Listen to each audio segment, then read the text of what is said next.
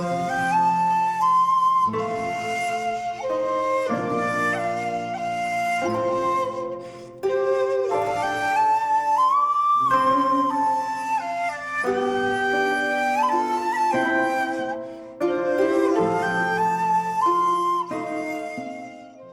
there, this is Solitary Ronin from Solitary Ronin Films, and welcome to another random review. And today's random review is of 14 films. It's more of an overview rather than a review of all 14 films. And it's the 14 Sherlock Holmes films starring Basil Rathbone and Nigel Bruce as Dr. Watson. This is an Italian Blu-ray set, but it does have English audio as well. I should first say, very much like George C. Scott, I'm not a huge Sherlock Holmes fan, but I do have these 14 films. I do have both the Guy Ritchie Sherlock Holmes films, and I do have the Billy Wilder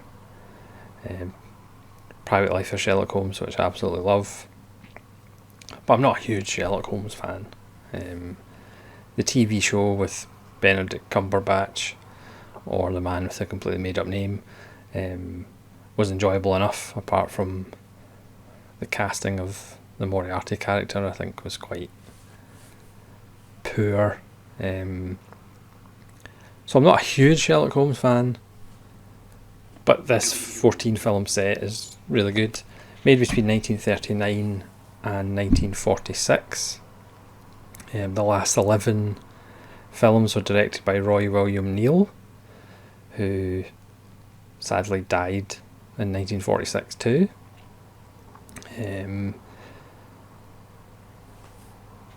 So I will just go through the films that are on this set. The first two films were released by 20th Century Fox, and the first one is the most famous one, which is The Hound of the Baskervilles, which is probably the definitive House of the Baskervilles version. I know a lot of people, certainly in Britain, really like the Jeremy Brett TV show from Sherlock Holmes. Obviously these films are not set in the 19th century, they're set around the time. A lot of them are during the Second World War and feature Nazis and bomb plots and things like that. So we've got The Hound of the Baskervilles, which of course has the immortal last line, "Watson, get the needle," obviously in reference to some intravenous drug use that Sherlock Holmes did. A 7% solution or 9% solution. So The Hound of the Baskervilles is really wonderful, atmospheric, creepy, funny film. Rathbone, who obviously would become famous as being Sherlock Holmes, but it's also a role that didn't bring him a lot of happiness. He made these 14 films. He also did 200 radio plays. You know, he said at some point in his life that people stopped actually calling him Mr. Rathbone and just called him Sherlock or Mr. Holmes. So he always felt like he was typecast after that, and his career never really went in the ways it probably should have. It's always the thin line between being typecast, but then you've always got regular work and you're kind of famous for one role, but you're at least famous for that one role. So it's a lot of actors that would have killed to have kind of be known for one role. Then we have The Adventures of Sherlock Holmes. So the first two were by Fox, the rest are Universal.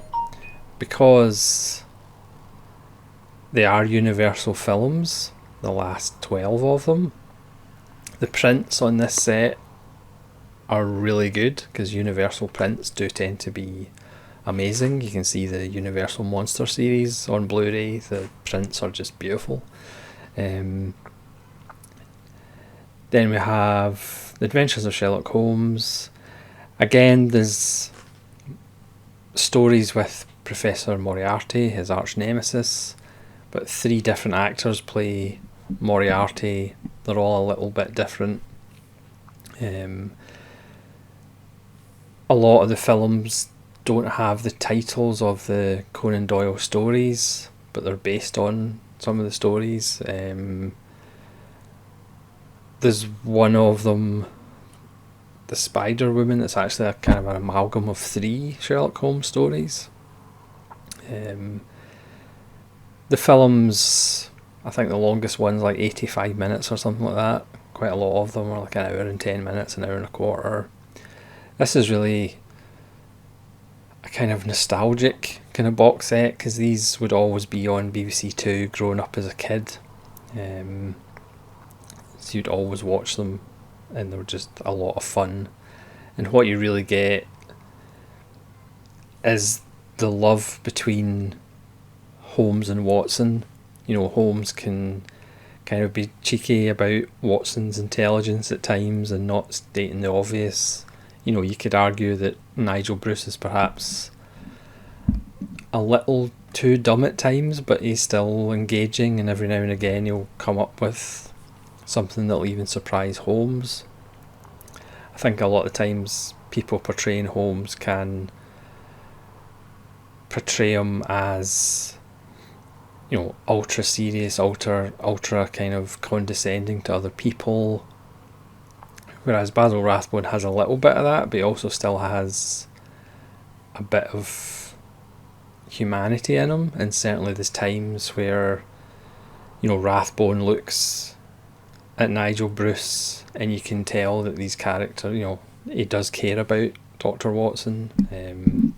You know, and he doesn't want to see Dr. Watson get hurt in any way. So these films you do get a sense of 2 men who really do love each other, despite they will kind of needle each other and annoy each other, and that chemistry between Bruce and Rathbone is just absolutely wonderful. So there's 14 films, they're not that long. So essentially, even if you don't like a film or one of the films, there's going to be another one that you probably will like, and you won't have to wait that long to actually see it, because it will be coming along in quite quickly. Then we have a couple that are based on kind of war stories. You get The Voice of Terror, about a Nazi spy in the inner circle of the government that Holmes gets to root out. You get A Secret Army, or Secret Weapon, sorry, which again, this one features Moriarty trying to help the Nazis, and there's a scientist who has split the plans, or sent the plans to a secret weapon to 4 different scientists, and they're all meeting tragic ends, and Holmes has to figure it out. The Sherlock Holmes and Washington, again about microfilm going missing. We don't want the enemy to get their hands on it. You got Sherlock Holmes Faces Death, which is a kind of Agatha Christie whodunit in an army hospital that Dr. Watson's helping out at, which is a lot of fun. You have The Spider Woman, which is really good. And all of these films, you do kind of forget that Sherlock Holmes liked to dress up a lot, so there's lots of dressing up by Basil Rathbone as various characters. You've got The Scarlet Claw, which is about murders, very similar to kind of the Hound of the Baskervilles. People are attributing it to some monster, but obviously we all know murders are generally done by humans. Got House of Fear, which is a really wonderful one about this club who each member gets letters with a certain number of orange pips in them, and then they get offed in nasty ways. Again, very Agatha Christie, but lots of fun. That's a House of Terror. You've got Peril of Death, which is a really nice one about a peril getting stolen from a museum, and involving Napoleon busts. Get The Woman in Green, House of Fear, Pursuit to Algiers, which is on a boat where Holmes and Watson are to protect a young king from potential assassins, and that's a load of fun. You get Terror by Night, which is about a jewel thief. This one's on a train to Scotland, and that's a load of fun as well. You've got Dressed to Kill, which is about music boxes and counterfeit plates. So even though it's the same kind of story, there's enough variation. There's lots of really nice work by character actors that you'll recognise from old films. Ida Lupino turns up in one of the films. I think it's The Adventures of Sherlock Holmes. Cedric Hardwicke turns up. Like I said, there's 3 different Moriartys. There's just lots of fun character actors that turn up. You could argue The Hound of the Baskervilles is perhaps the only film that approaches greatness, but they're all of a certain standard. I wouldn't say any of the 14 are bad. They're all tremendous fun, and like I said, they're short enough that they don't really outstay their welcome. They generally really rattle along, and again, the chemistry between the 2 leads is just an absolute joy, and it really gives you, well, for me anyway, a really nostalgic feeling of watching these films as a kid, back in the mists of time.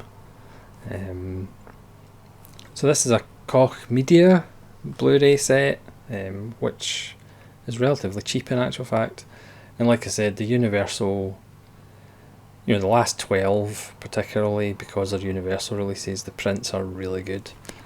So if you're into Sherlock Holmes, I would certainly recommend this set for the essential, for the Basil Rathbone goodness. There's usually 7 discs, so it's 2 films a disc, which isn't actually that bad. Obviously some sets you get, as all the slides, as all the discs fall out. Sometimes sets you get, they try and cram like 3 or 4 films on a disc or whatever, but this is pretty good because it's just 2 discs. 2 films per disc. It is region B, and it does have German and Italian language as well, but obviously there is an English language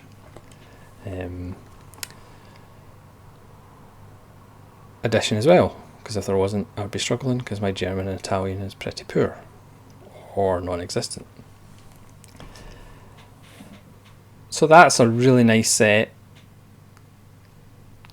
There is actually, as far as extras, there is 13 radio plays of the films, well, not of the films, radio plays of the stories, starring Basil Rathbone and Nigel Bruce, because I didn't actually realise that, like I said earlier, Rathbone did like 200 Sherlock Holmes radio plays, so you could perhaps forgive him for, at some points in his career, being a little bit fed up with Sherlock Holmes. But these really capture a place in time. It does actually work, that the fact they've updated them to like the 40s and during the war, rather than looking back to the 1900s or the early 20th century to set the films in. There's lots of little treats. In one of the films is a nice game of chess played on a life-size floor to try and find what's buried underneath, which is really nice. They're atmospheric. Some of them are actually a little bit dark, but they're still funny because the main thing is the rapport, the relationship between Holmes and Watson. Because if you're doing a Sherlock Holmes thing and there isn't that relationship between Holmes and Watson, it's just not going to be as good. So thanks very much for watching this silly little Sherlock Holmes video.